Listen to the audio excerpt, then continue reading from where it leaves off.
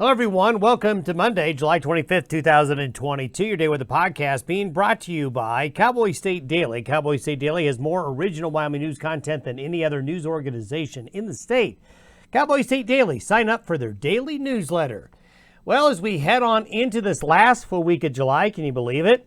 It's going to be all about playing tag with the monsoon and a midweek cool front. So there's a lot of moving parts to this week's weather. There was a lot over the weekend that happened as well. But at least here to start the week, the monsoon gets shifted south briefly. Drier air is going to come into the central and northern Rockies, suppressing that monsoonal moisture down more towards Colorado, Utah, New Mexico, Arizona areas. It gets bottled up there again, kind of like it did at times last week before it comes back to the north again. Now, there were winners and losers over the weekend. Some of you are very happy. Some of you are very angry because some of you got some really good rain over the weekend, especially eastern Colorado, parts of western areas of Kansas, southwest Nebraska, down into the southeastern areas of Colorado, down into the desert southwest, parts of southern Wyoming, got some really good rain, northeastern Wyoming and western South Dakota as well. And then there were pockets where, well, you just didn't get much, or it looked like it was going to rain and it didn't. Now, drier air moves into the northern areas today, but starting Tuesday, that monsoon moisture comes northward again, and it really hangs around all the way through the weekend. So we'll be talking about thunderstorms picking up again. Part of this will be a backdoor cold front. What is a backdoor cold front? It's a cold front that sneaks in from the northeast. That's going to get east of the divide to the Continental Divide mid to late week, cooling us off and enhancing the risk for showers and thunderstorms east of the divide as we get to the second half of the week. Here's a great shot of a really nasty looking cloud near Thermopolis from Tom Anderson yesterday.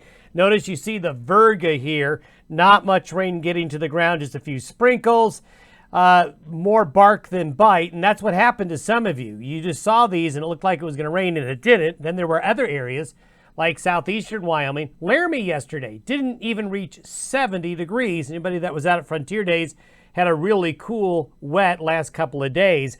And here's a good shot of the radar yesterday afternoon and evening over eastern Colorado. So here's Denver right here.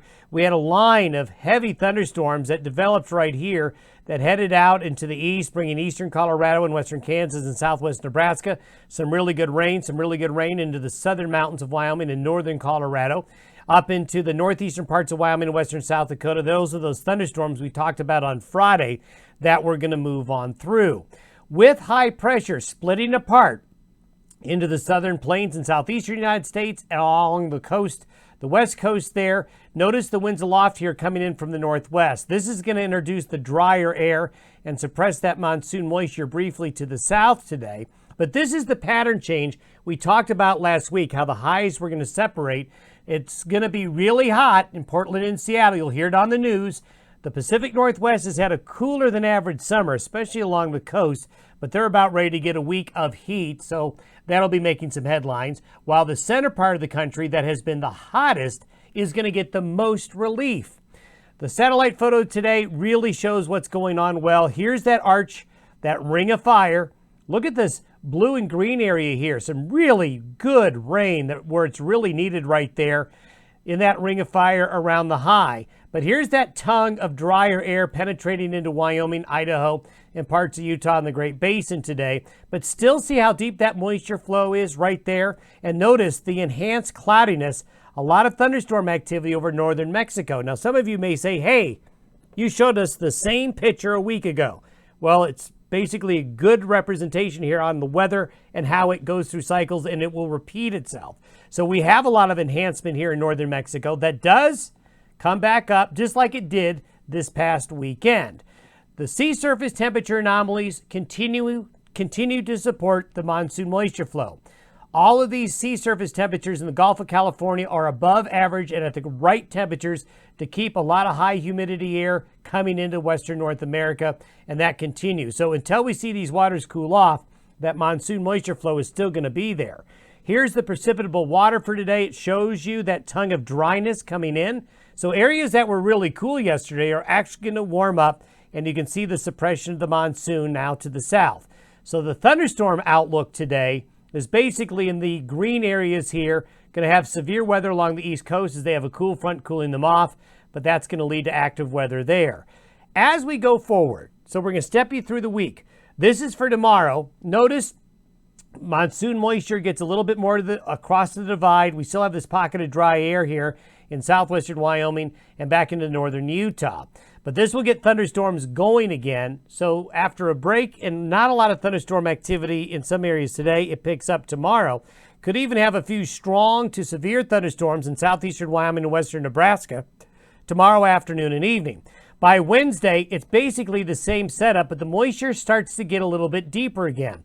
This is the real deep monsoonal moisture right here. This is what we got to watch and see what it does going later in the week. So this is Wednesday. That's going to get thunderstorms going again.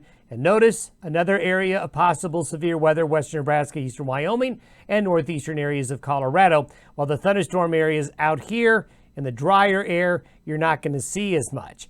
As we get to the end of the week, look how it gets deeper on Thursday. You see this dry air right here in the plain states?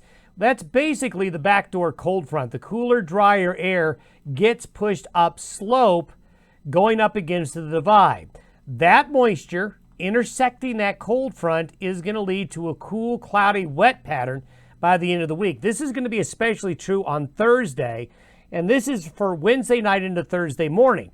There's that trough, a real strong one really for July, going across southern Canada, pushing that cool air west of the divide while heat continues in the Pacific Northwest and the southeastern United States. So basically, this is a recipe mid to late in the week where the cool front will interact with the monsoonal moisture, and this is going to lead to, look at these temperatures.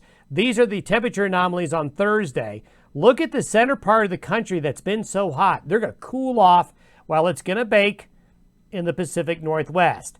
This is how the weather works. You don't have one giant part of the globe having the same weather pattern. You kind of move where the temperature anomalies are going to be at particular times. So there's a bit of an adjustment going on, although I do think this is temporary. We're going to go back to some very warm weather in the central and west again by the early parts of August, but I think monsoonal moisture is still going to play into that.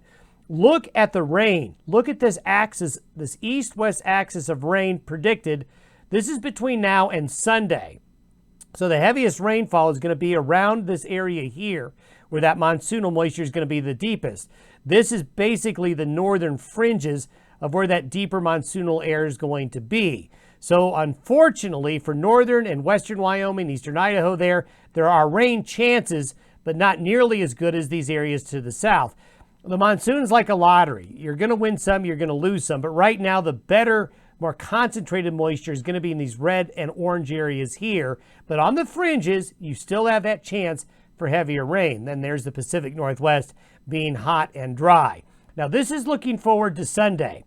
We still have that high in the Pacific Northwest. We still have the trough keeping the Great Lakes in the eastern part of the United States actually a little bit cooler. But heat is going to start to build back in this weekend. After a cool stretch of weather at the end of the week, the next weekend and next week starts to heat up again. But what will happen underneath that dome of high pressure is there's a good slug of subtropical moisture. So what that will do is keep the high from getting it too hot and keeping thunderstorms in the forecast. And notice the deeper blues here do get into areas west of the divide, like western Wyoming, back into Utah, eastern Oregon there. So there may be some rain-producing thunderstorms even underneath that strong area of high pressure, while drier air moves into the central part of the United States as we get to the period of late this weekend and early next week. We'll have an update for you tomorrow. Have a good Monday.